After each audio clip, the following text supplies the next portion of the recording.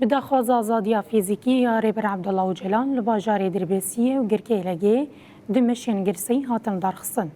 ده هر دو چالاکیان ده گلک ریبرین پارتیین سیاسی و گل بجدار بون. لور بجداران دیار کرن که داخواز آزادیا فیزیکی یا ریبر آپو تمثیل وینا گل آشیتی و دموکراسیت کن. و گوتن که ریبر عبدالله اوجلان ده 27 سالان ده گرتیگه ده تید کوشب تمثیل هیویا گلین لتواهی جیهان و پرچین کردستانی دیگه.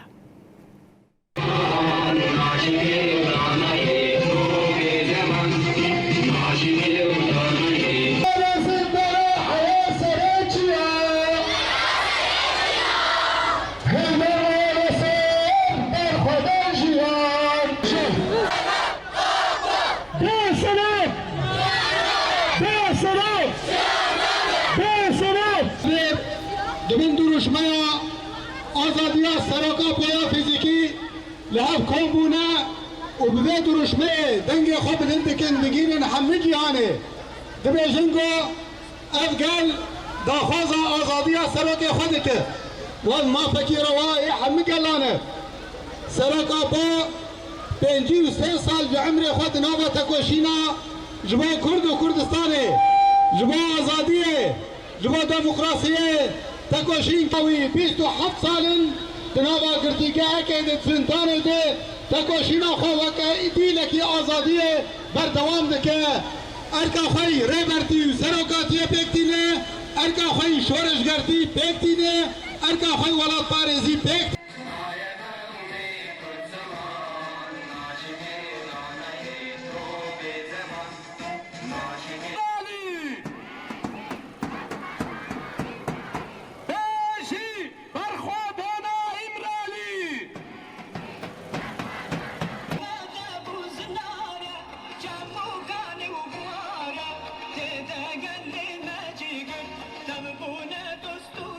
تجريد لسر برابو امشر مزار دكي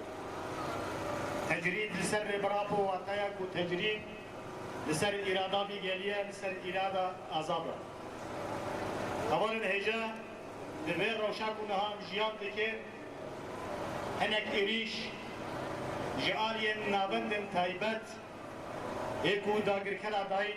برد لسر برابو إريش دكي هلبتن ارمانجك شفاء للشاهدة ربرابو دبجا راستي عشقه وعشق جيانا آزادة هر كس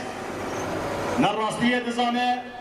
ونراستية باش دفهمتك وندده مشاندن يبر ايكو راستية داگر كران بدنيا داي ناسكرين بگل داي ناسكرين ربرابو داگر كرن ظالم قاتل خوف دنیا دجی وقت ملائکت